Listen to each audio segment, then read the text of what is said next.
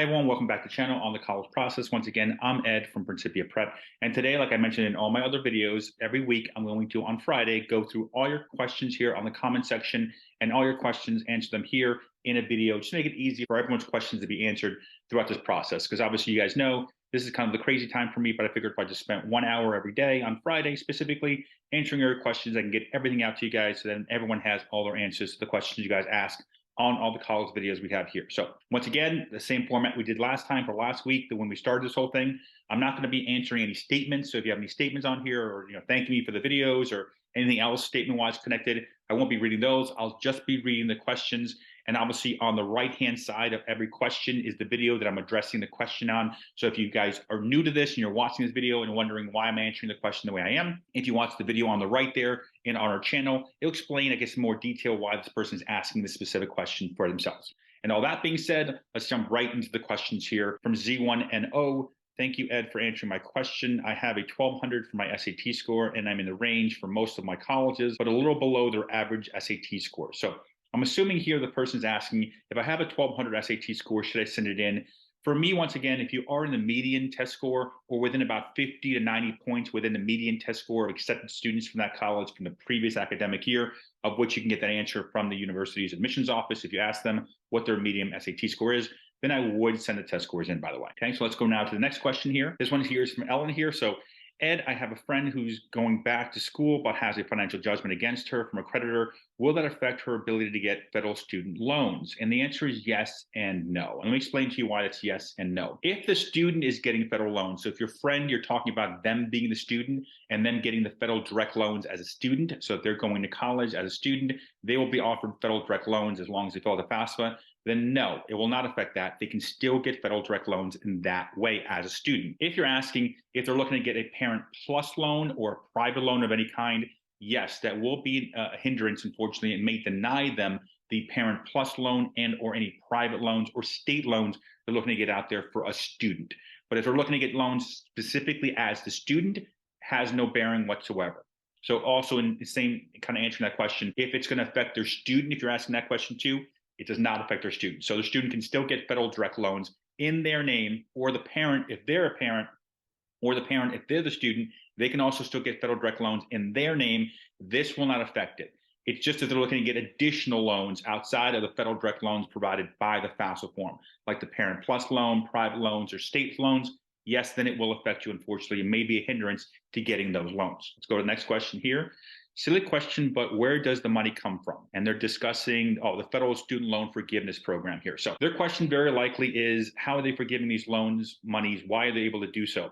And the answer is pretty simple. It's the federal government that actually owns your federal direct loan debt, by the way. Your Parent Plus loan debt, your federal direct loan debt, that's all owned by the federal government. All these people you see as far as the different services they have, like these guys just put on the screen, all these different people, all these different groups essentially are servicers of your loans. They don't own the loan. So the way the U.S. Department of Education, i.e. the government's able to basically just forgive your debt is because technically they're the debt holder. It's not like they're getting rid of the debt for, like, let's say Discover Card or MasterCard or Visa. Not what they're doing. They're getting rid of their own debt by going forward with student loan forgiveness, which hopefully we will be seeing some kind of resolution coming sometime soon. Let's go to the next question here. I'm going to just go down. Hi, Ed, can you explain the FSEOG?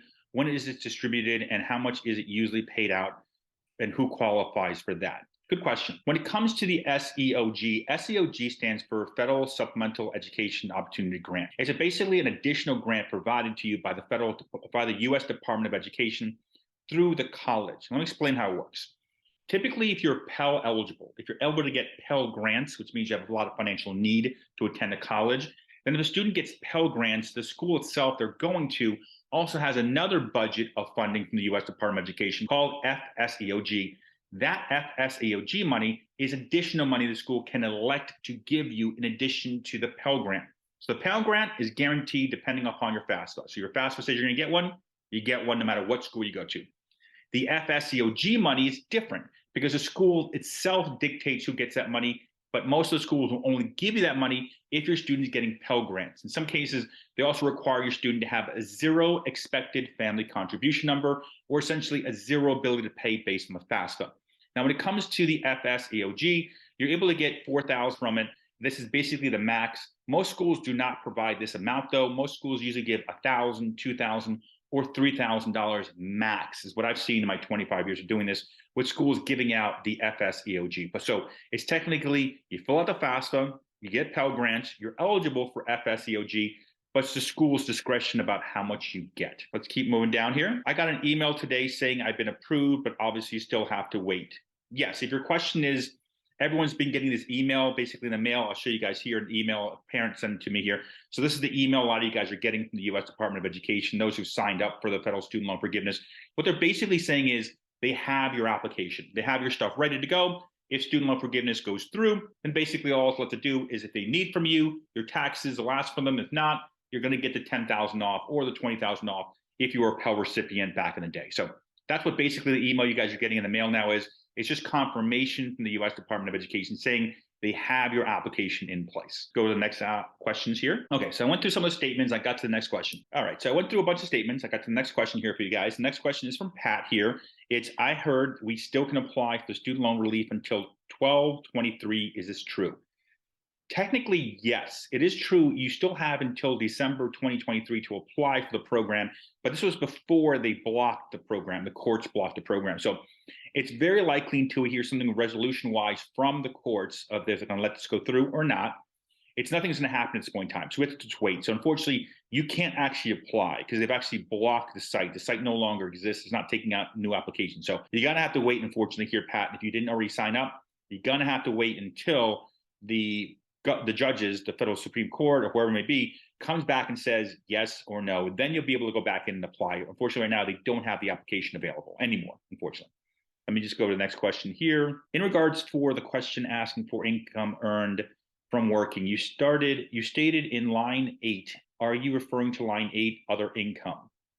Okay, so when it comes to FAFSA, this question is about the FAFSA form, because on the FAFSA form, it's going to ask you for your specific income, the income the person actually made. So on the income side, and the question you're answering here, you're supposed to use line 1, which is your wages on 1040, and also line 8. If you have a line 8 and it comes from 1099 or contracting work or business pass-through income, that's where that additional number will come from. So if you're looking to basically fill out the FAFSA form and asking for mom's income or dad's income or one or two incomes here for you guys, what you guys want to make sure to do is make sure you use lines 1 and also line 8 if you have contracting work or 1099 work or pass-through income coming in from a business. Then you got to use line 1 and line 8 as well. Those are the two lines utilized for the income. Now, if you're looking to separate the two, because they will ask you on the FAFSA to separate the two incomes for dad and mom, if you guys had done a filing jointly tax return, married filing jointly.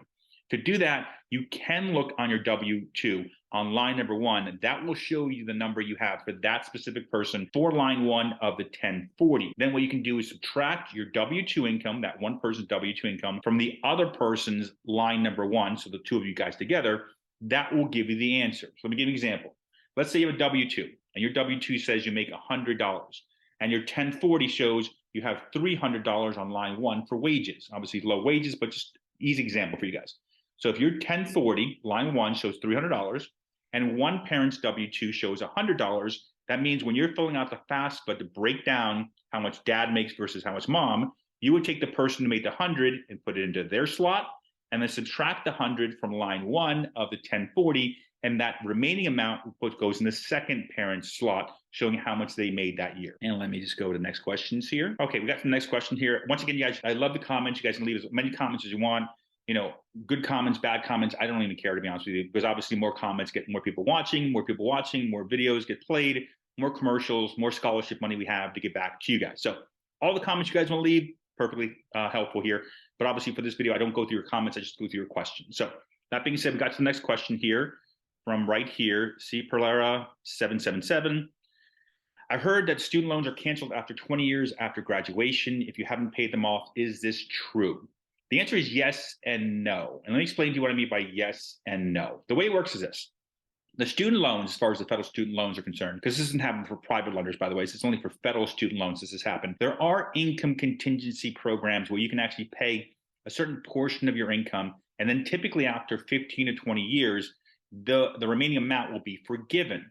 Now, you have to be within these programs to actually have this established. So you can't just be paying your federal student loan off for 20 years, and then the remaining amount of it is just forgiven. It's not the way it works. You must be in one of these programs, either the repay program, the payee program. I'll put it on here on the screen.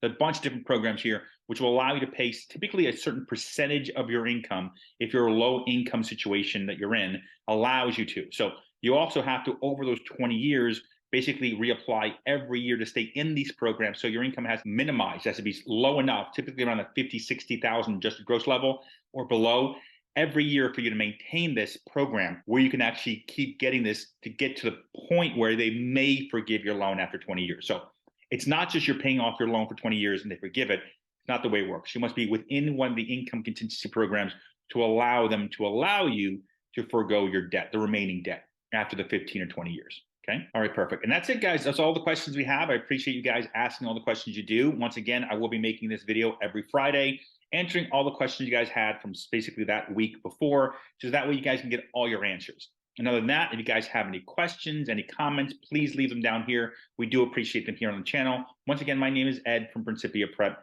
Thank you guys for watching today's video.